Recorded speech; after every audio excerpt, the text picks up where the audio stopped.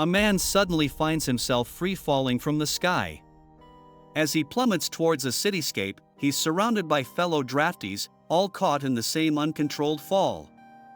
As they get closer to the ground, many hit buildings and other structures, resulting in a series of gruesome impacts. He narrowly escapes a fatal crash, landing in a rooftop pool in the middle of a city in ruins. This man is Dan Forrester, a biology teacher and former Green Beret. In December 2022, Dan failed to get a job at a prestigious research center. While he is at home watching the World Cup finals with his wife, Emmy, and their young daughter, Murray. The atmosphere is festive, but suddenly, a wormhole opens in the middle of the soccer field. Soldiers from the year 2051 emerge, led by Lieutenant Hart. They announce that they are from the future and that humanity is on the brink of extinction due to a war with an alien species called the White Spikes. They plead for reinforcements from the present to fight in the future. The White Spikes will arrive in November 2048 and kill the majority of humanity 3 years later. In response to the urgent call for help, a worldwide draft is instituted.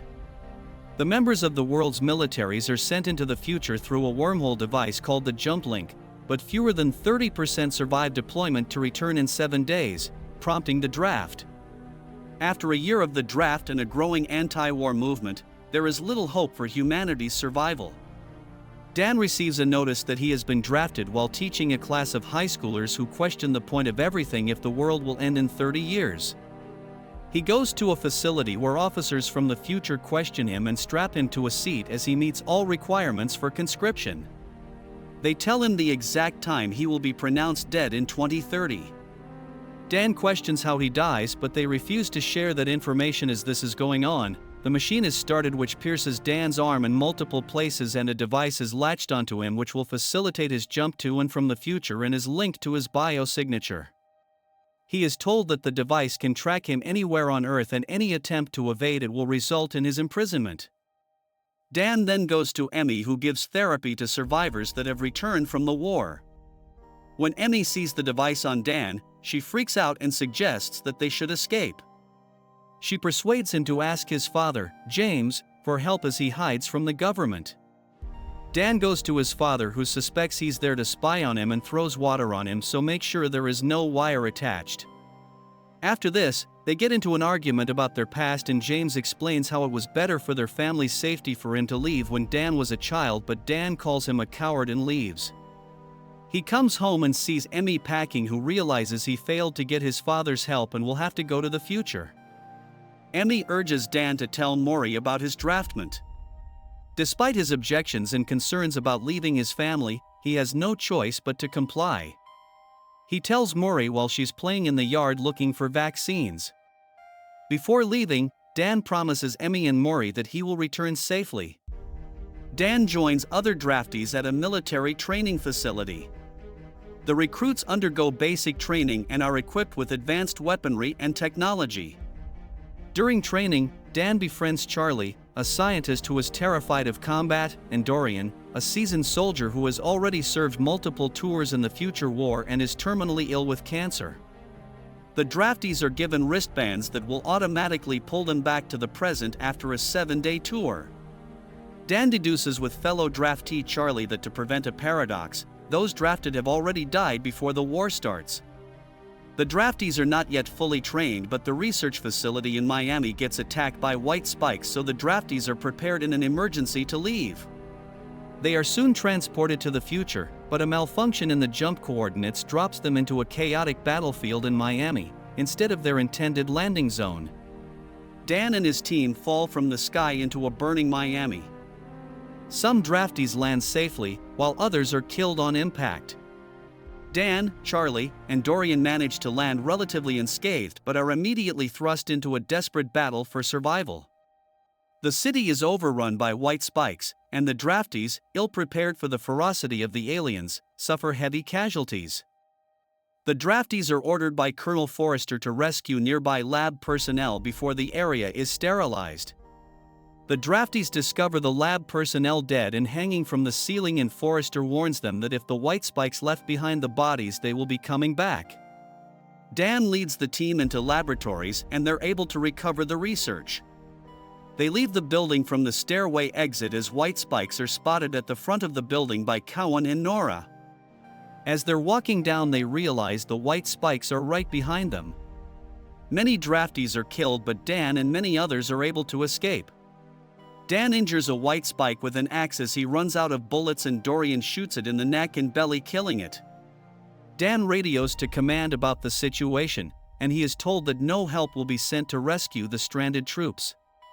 They run towards tanks just as white spikes get hold of them, killing the troops. They run as bombs drop on the city and Cowan falls down. Dan goes to help him, but Nora and Cowan encourage him to keep moving so they can survive. Many of the draftees are killed except for Dan, Charlie, and Dorian. The survivors wake up in a military encampment in the Dominican Republic. Dan is asked to report to Colonel Forrester when he is talking to Charlie and Dorian, and they find out Dorian has cancer. Both Charlie and Dorian are redrafted. Colonel Forrester thanks Dan for recovering her ampoules, and when a troop appears calling her Colonel Forrester, Dan questions how they have the same surnames. Colonel turns out to be Dan's grown daughter Murray. She requests him to accompany her on a mission to capture a female white spike, which is rarer than the males typically encountered because she is not affected by the toxin, and Murray needs to study the female white spike in order to make a toxin that can kill all white spikes. Dan, Murray, and a team of soldiers embark on a perilous mission. They locate a nest in an abandoned oil refinery, and Murray sends down soldiers to capture the white spike. However, they have difficulty capturing her. The mission is harrowing, with soldiers getting picked off one by the relentless aliens. The female white spike proves to be incredibly strong and cunning, leading to several close calls for the team. Murray herself goes inside the nest and shoots her to aggravate and weaken her, but she then attacks Murray. Dan goes inside the nest after he sees this, even though Murray asks him to stay away, and after a fierce battle, they manage to capture the female.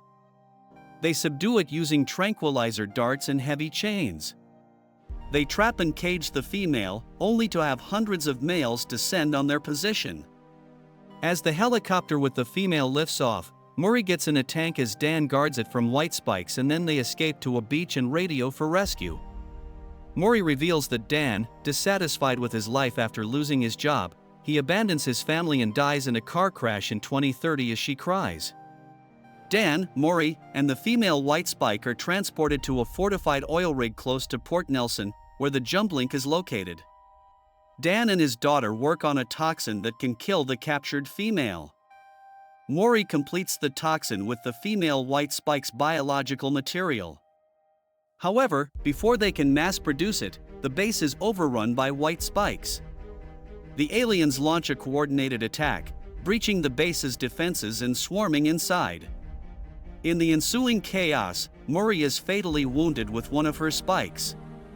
Dan tries to get her to safety but is unable to walk. They sit down, and just as she tells Dan she loves him, a white spike appears and grabs her leg. She plummets from the gantry, and Dan follows her off just before he is transported back to the past with the toxin to mass produce it. Dan tries to give the toxin to the military so it can be sent back to the future, but learns that the jump link is offline, having been destroyed by the white spikes. The world has become chaotic with the news that the jump link is offline, foretelling the war was lost. While Dan brainstorms with his wife, Emmy, she deduces that the white spikes did not arrive in 2048, but came much earlier. Dan consults with Charlie and Martin, a high school student with an interest in volcanoes who he teaches, and they theorize that the white spikes have been on Earth since the Millennium eruption in the year 946, and global warming caused their release when they thawed out and emerged from under the ice caps. He tries to convince the authorities to act on the information he has brought back, but faces skepticism and bureaucratic hurdles.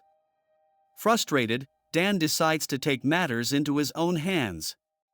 Dan leads a mission to rush up unsuspected by the authorities with Charlie, Dorian, a few surviving future soldiers, and his estranged father to prove his theory. The team finds a crashed alien ship at the Academy of Sciences glacier on Komsomolets Island.